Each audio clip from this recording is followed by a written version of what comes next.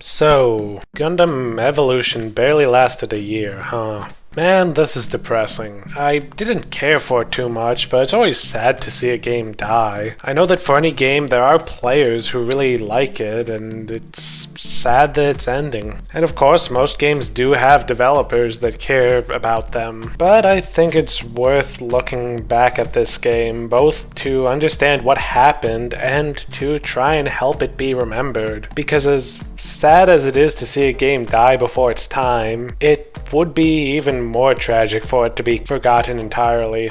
Of course, the place we should start with analyzing it is the gameplay. However, it's an Overwatch-like hero shooter. Frankly, it feels like a Gundam-themed Overwatch mod. You've got your main weapon that has to be reloaded usually, but has unlimited ammo to reload from, a set of a few abilities on cooldown, and an ultimate ability that charges up through playing and can generally only be used a couple times in a round, at most. The game's main addition, I guess, is the boost meter. It's basically a sprint meter that you can also be used to hover or do a limited number of quick boosts. It's the game's small nod to the fact that you're supposed to be in giant robots, and frankly one of the only nods. I honestly don't feel too comfortable critiquing the gameplay in this too much because, well, it just isn't my genre. I've never gotten hooked on a game like this, so trying to explain from gameplay alone why this didn't hook me is kind of pointless. However, there are plenty of aspects around the gameplay that I feel I can critique. For one, while I generally don't feel like I am playing the iconic mobile suits that the game alleges that its characters are, most of them are still sufficiently unique to be fun to play, even if a few of the earlier ones do feel a bit more generic. It does also suffer from the fact that the mobile suits aren't organized into any sort of category for the player. There are very clearly certain roles that different mobile suits specialize in, and a well-rounded team is helpful, but until you understand the game, there's no real guidance to help you tell which suits fill which roles and how you can build a balanced team. In my time with it, the game can be pretty fun at least, but it still starts to feel old and repetitive relatively quickly. Matches are long, and there's a pretty small pool of maps and modes, which pretty much all play very similarly. Most of the modes are just some form of control the point to win. Sure, you could argue that here you're not controlling a point, you're planting and defusing bombs, but that requires the area to largely be locked down anyway, so you're still fighting over controlling specific areas. There's not even staple multiplayer modes like capture the flag, pushing the cart, or, a basic team deathmatch. No grand set-piece style modes either, like many games have. The closest thing to a unique mode that the game has is a mix of symmetric and asymmetric gameplay. The end goal is to destroy the enemy's generator in an attack-defense asymmetric mode. But to do that, you have to win the symmetrical portion of the map, which, it's just king of the hill again. And even defending the generator is mostly another keep the enemy out of this static location scenario, even if it is a little bit more interesting. Adding to this tedium and tendency for things to drag on a bit is that matches tend to take a while. Each match consists of at least 2 rounds, sometimes 3, and there's no surrender mechanic if your team is just getting bodied and you know that the next round is just going to be delaying the inevitable. Yeah, these can end up causing some toxicity, but so can prolonged and hopeless battles. Though I will say this ends up slightly rationalized by the fact that the asymmetrical maps are often very poorly balanced. I have had times where a round went terribly, and I thought that the next round would just be delaying the inevitable, but no, we were on the harder side of the map, and it ends up going great now that we're on the good side. I mean, this isn't a good rationalization, it's just one problem papering over a worse problem, when what would really be needed is better map balance. Seriously, so many maps center around the same spot every time I play play them because that ends up being the spot where the defense has the biggest advantage. It is overall just very average in my mind. I don't mean that as some huge snub. It's fine. I play plenty of games that are probably just as average as this one. I doubted it ever set the world on fire, but I enjoy it enough when I do play it. It's harmless. Unfortunately, I can't say that for what surrounds the game. First, the game's release timing was terrible. It came out shortly after Splatoon 3, which for me, this is what kept me from getting more into Gundam Evolution. I had two options for games to fill the niche for online multiplayer shooters for me, and Splatoon 3 didn't have such an egregious cash shop because it doesn't have a cash shop. You just buy the game and later the DLC. Yes, Splatoon 3 has its own issues that it's rightfully criticized for, mostly around lacking content, but compared to Gundam Evolution at launch, the content is absolutely abundant. And also, Splatoon 3's flawed maps are at least still better than Gundam Evolution's. And it has game modes that are actually interesting. Gundam Evolution also only came out like a month before Overwatch 2.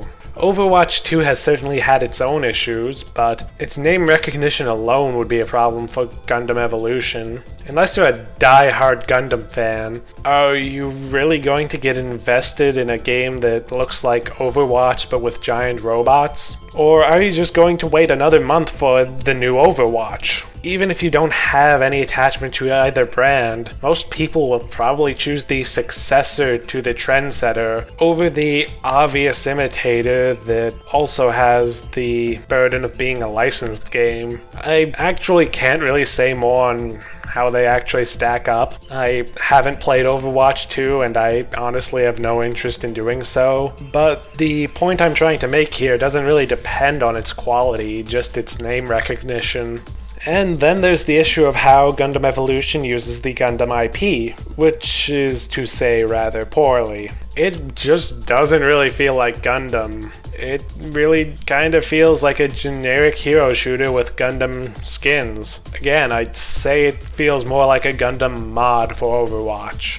There's things like how you deal bonus damage on headshots, even though these are mobile suits. Mobile suit cockpits are generally located in the chest. The head is mostly just used for sensors. There are a couple exceptions present in the game, but regardless, having the headshot mechanic just feels out of place. In pretty much every case in a Gundam series, shooting a mobile suit in the head just blinds it. It doesn't disable it.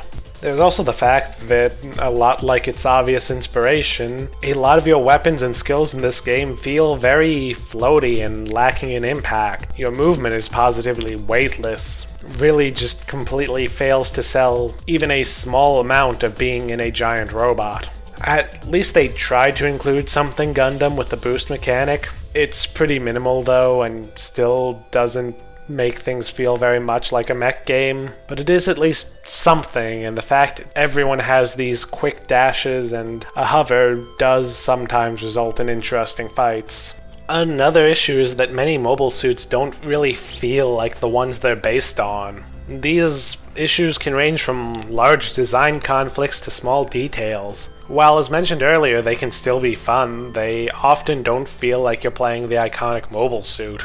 The worst are certain suits that feel like they're just there to fill a generic hero shooter archetype. Probably the most prominent examples being the Pale Rider and Gym Sniper 2. In fact, and here's where I'm gonna get into a rant, the Pale Rider in particular bugs me. In GBO 2 it became one of my favorites for its glass cannon approach and the various heavily armed variants that were available. In Gundam Evolution, it's your generic shooter character, basically Soldier 76. It's more of a vanilla grunt than the actual mass production mobile suits. It really should have been replaced with the Gundam ground type if you ask me. The Gundam ground type is much more suited to being a generic soldier type, since it was produced in larger numbers instead of being a super prototype like the Pale Rider. Its use of grenades would be far more appropriate and interesting given its chest-mounted multi-launcher. It canonically has a limiter that can be removed to fill the same sort of role that Hades does as a G maneuver, and it's also just frankly more iconic. The Gundam ground type actually appeared in an anime series, while the Pale Rider, while popular and certainly one of my favorites, only appears in video games and manga.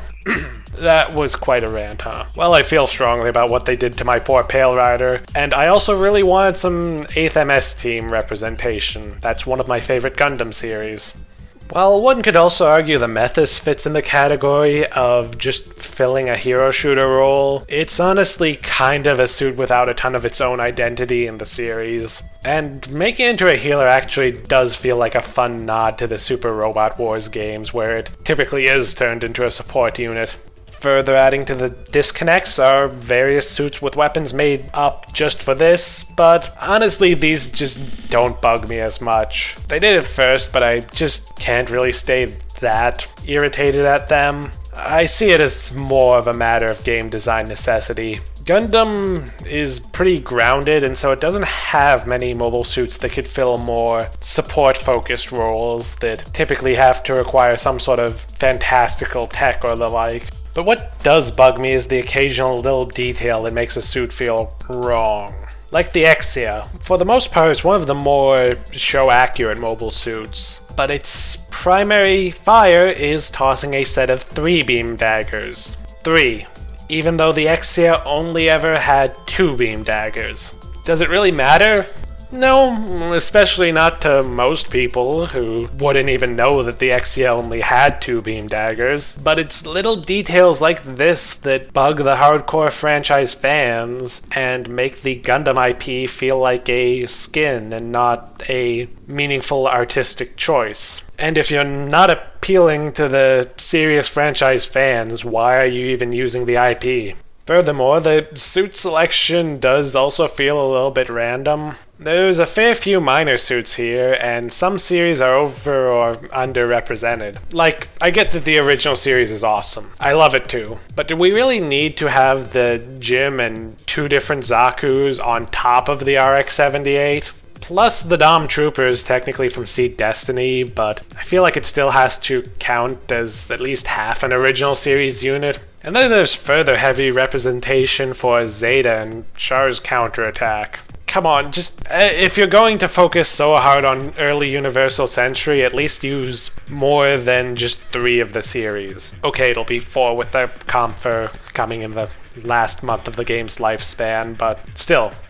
At the same time, the slots that these eat up also results in some spotty coverage in other areas. There's quite a few series missing, including Gundam X, one of my personal favorites. And while I'm not a huge fan of it, the Cosmic Era is quite popular, yet its only representation is the Dom Trooper that's based on a Universal Century suit, and an obscure suit from a spin-off that barely shows up in any of these sorts of games, and I sure don't know what this thing is.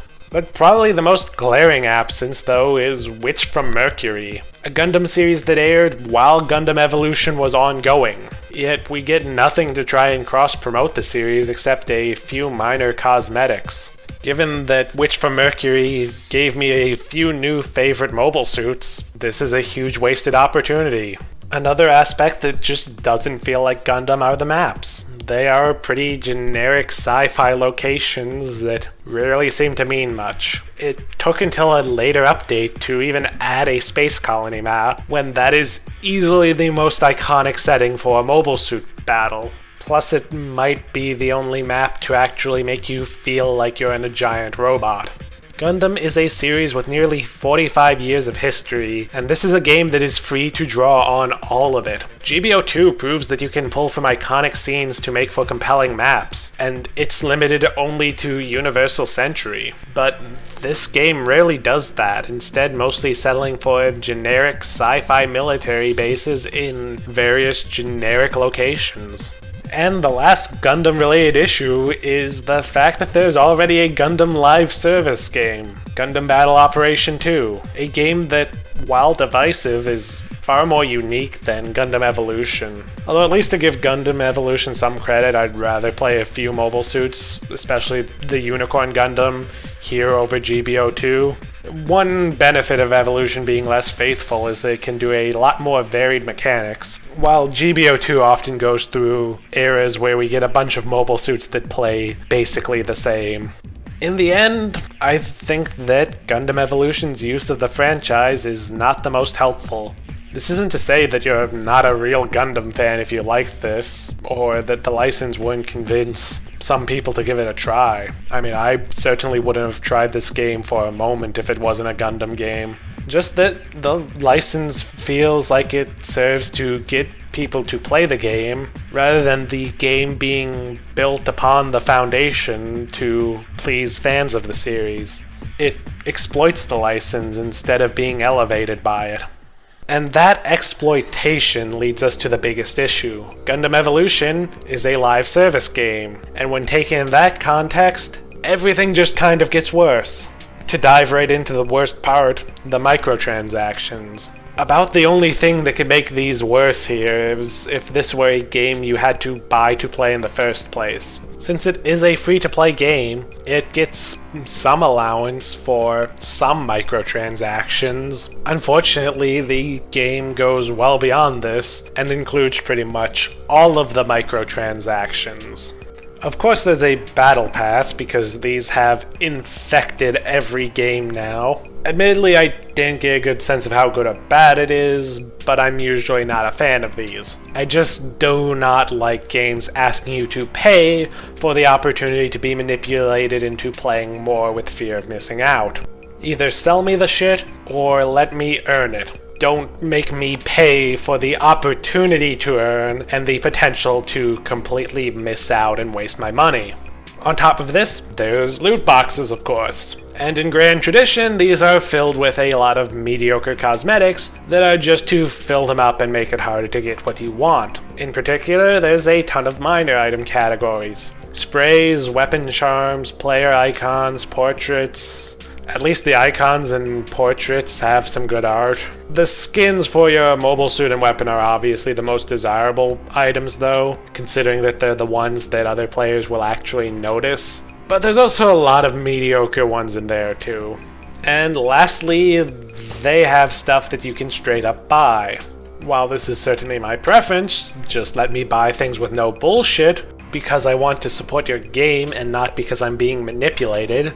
They still fuck this up in a couple of ways. For one, mobile suits have to be unlocked, and doing so without paying real money used to be tedious. They clearly knew it too, since one of the announced changes for the final months is adjusting things to make it more feasible to unlock suits with in-game currency. And second, there's limited time stuff to prey on your fear of missing out. And also, I think a little bit of manipulative pricing too. As I said, it's everything bad about microtransactions all at once, which really doesn't give the best feeling. I am a little ashamed to say that I did buy the first season's item pack, but look, I really like Exia, and this skin had the colors I use in GBO2. It felt like it was a cosmetic design just for me, so I caved. But besides the frankly terrible microtransactions, there's also the usual live service issues. Content is limited to just your standard PvP gameplay, which I've already talked about the issues with. There's daily and weekly tasks meant to keep you playing even when you don't want to and make the game a habit. And of course, the whole reason this video is being made is because of one of the other issues with live service games. Once the servers go down, they're gone. And all that microtransaction money goes with them. In most live services, it's tragic and inevitable, but it usually takes enough time for people to at least appreciate the game and get a lot out of it. But here, being a live service means the game only lasted a year, and it's likely doomed to be entirely forgotten. When considering the live service elements, Gundam Evolution becomes a game that reeks of corporate mandate. It's meant to simply lure people in with the license to milk them for microtransaction money, and keep them there with the usual routine bullshit. The choice for an Overwatch-like hero shooter feels like an attempt to appeal to the broadest possible audience, and it makes the short lifespan feel particularly scummy, like they took the money and ran. But if there's anything I think you can take away from this game, it's just how terrible this trend of microtransaction-heavy live service games is. Not just for attempting to exploit players, though that certainly is bad, but because they often lead games to an early death, hurting the game itself and the players that love the game. In many ways, it reminds me of the aughts and the boom of MMORPGs coming out left, right, and center. Some of them really thrived and entertained many players, and some of those are even still alive today. But so many others languished and died. A few were at least beloved enough to be remembered by fans, and even sometimes kept alive through private servers. But so many others died unceremoniously, doomed to be forgotten. And let's not even go into mobile games. As much as they're often creatively bankrupt, it's a nightmare to preserve them. These days are very much the same. There's just too many live service games, and because they're built to be played for hundreds of hours, they compete with each other for your time far more than other games do. So as more and more come out, and the successful ones get more and more entrenched, it becomes harder and harder for games like Gundam Evolution to break into the market. Along with other high-profile failures of late, I can only hope that the companies will learn their lessons sooner rather than later. Because these live service games aren't just bad for consumers, they're bad for games as a form of art. So, ultimately, Gundam Evolution was a passable game, but because of its shitty monetization and pursuit of the live service model, passable just wasn't enough. I will at least say I'm impressed that the dev team is still supporting the game even after the game was canned and monetization was disabled. It feels like they did at least care, even if they maybe didn't want to be making a Gundam game. I will say this, if the game looks interesting to you, you should try it while you can. There's no microtransactions anymore, and it's not going to be around for much longer, so give it a shot, even if it's just for a couple hours. So that's another video done. This one turned out very long and on a topic that isn't the most interesting, but I still felt compelled to talk about it. Up next, I hope to maybe make a couple shorter videos, and I am planning to try doing a video where I review multiple games back to back. So keep watching, and I will see you all in the next video.